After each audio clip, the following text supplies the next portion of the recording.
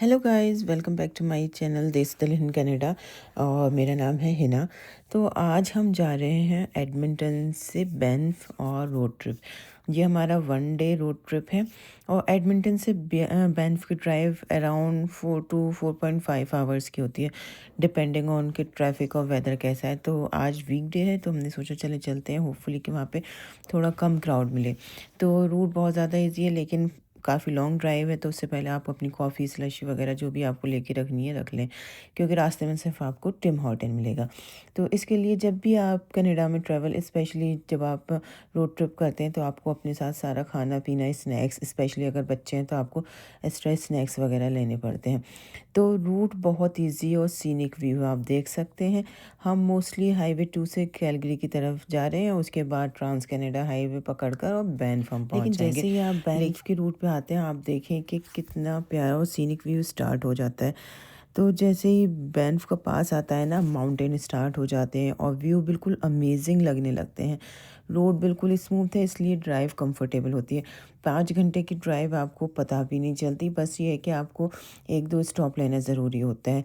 तो हम first time तो नहीं आ रहे, हम लास्ट 3 ईयर से जो है वो कंटिन्यू बैंफ आते हैं। और बैंफ आने का मकसद ये होता है कि इंसान रिफ़्रेश हो जाता है। तो हम कभी भी कोई भी ट्रिप प्लान करते हैं, जैसे ईयर के स्टार्टिंग में या एंड में, तो एक बैंफ और जेस्पर का ट्रिप ज़रूर होता है, क्योंकि यहाँ की लेक्स और यहाँ का माउंटेन व्यू देखना मतलब मस्ट है। अगर आपने बैंफ और जेस्पर साल में एक बार विज़िट नहीं किया ना, तो वो वर्थ नहीं है।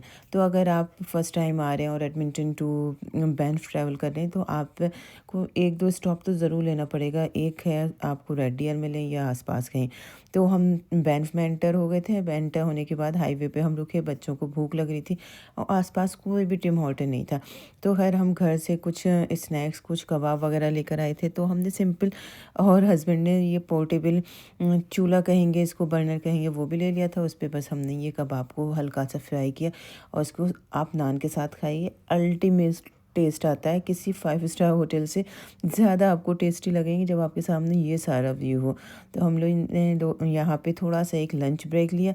उसके बाद मैं आपको दिखाती हूँ ये मतलब एक हाईवे का व्यू। और आप देख के देखिए, जो अभी से पानी है ना वो ग्रीन होने लगा है। तो ये जो है ये बैंफ से 1.5 आवर की डिस्टेंस पे है।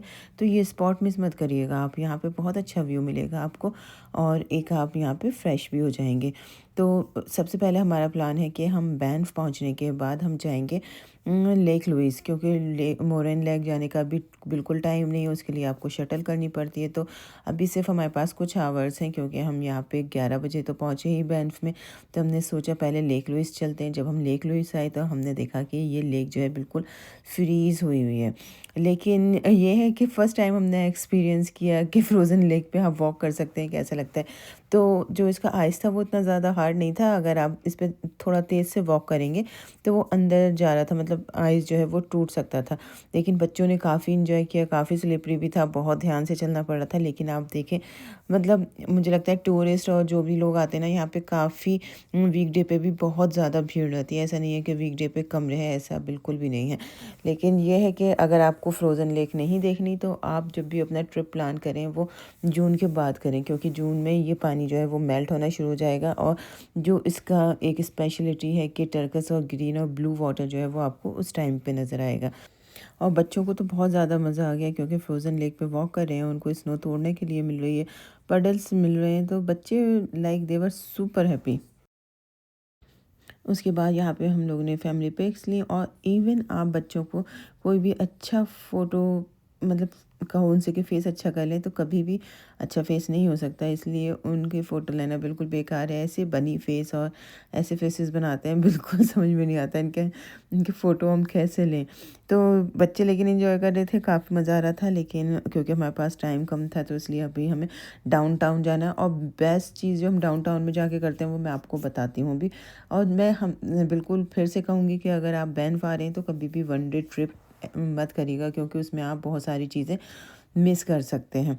तो बस अब हम यहाँ लेक लुइस से निकल रहे हैं और लेक लुइस से हम जाएंगे डाउनटाउन।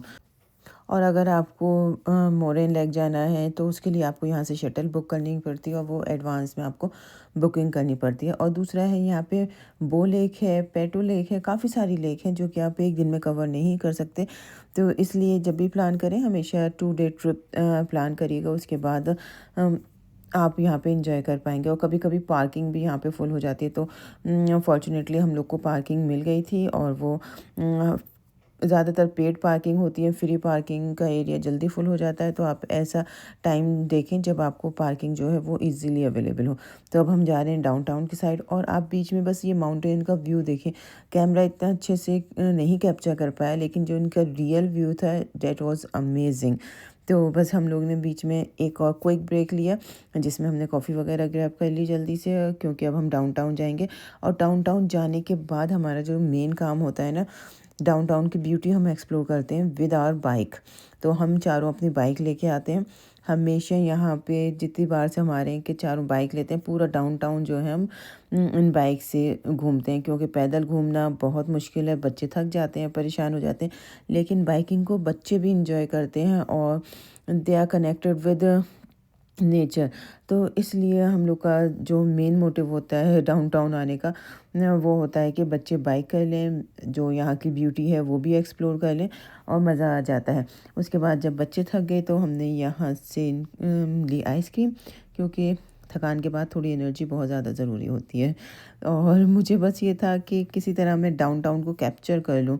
लेकिन अभी क्योंकि ये थोड़ा आफ्टरनून टाइम था, तो इस वजह से मुझे लग रहा है कि फ़ोटोज़ इतने ज़्यादा क्लियर नहीं आए। लेकिन यहाँ की ब्यूटी ऑन द पीक होती है इवनिंग के टाइम। तो हाँ, मतलब डाउनटाउन बैंफ का काफ़ी खूबसूरत है। आपको मौका मिले तो अपनी ट्रिप में ये ज़रूर इंक्लूड करें। तो उसके बाद हम आ गए थे अपनी पार्किंग लॉट में वापस, क्योंकि अब बज गए थे 5 और हमें घर पहुंचते पहुंचते 9-9:30 हो जाएगा। तो इसलिए हमको अर्ली निकलना था, और वीकडे है, कल बच्चों का भी स्कूल है, तो इसलिए जल्दी से जाना है और फिर इन लोग की भी प्रिपरेशन करनी है। तो आपको ये बैंफ का ट्रिप कैसा लगा ज़रूर बताइएगा, और प्लीज़ वीडियोज़ को लाइक शेयर एंड सब्सक्राइब कर दिया करें। इससे थोड़ा सा मोटिवेशन मिलता है, ताकि हम लोग और ज़्यादा मेहनत कर सकें और ज़्यादा कंटेंट आपके लिए लेके आ सकें। और कनाडा में हम कोई भी ट्रिप करें तो ये तो पॉसिबल नहीं कि बारिश ना हो या वेदर चेंज ना हो। तो इतना अनप्रेडिक्टेबल अनसर्टेन वेदर है यहाँ का कि आप कुछ कह नहीं सकते। तो इसलिए हमेशा जब भी आप लॉन्ग ट्रिप करें, बच्चों के लिए जैकेट्स और अपनी लाइट वेट जैकेट ज़रूर रखें, क्योंकि एकदम से सर्दी स्टार्ट होती है। तो हमें घर आते आते हो गए थे 9:30। तो बस ये था आज का मेरा व्लॉग। इंशाल्लाह नेक्स्ट व्लॉग में आपसे मुलाकात होती है। जब तक आप लोग अपना ख्याल रखें। Thanks for watching.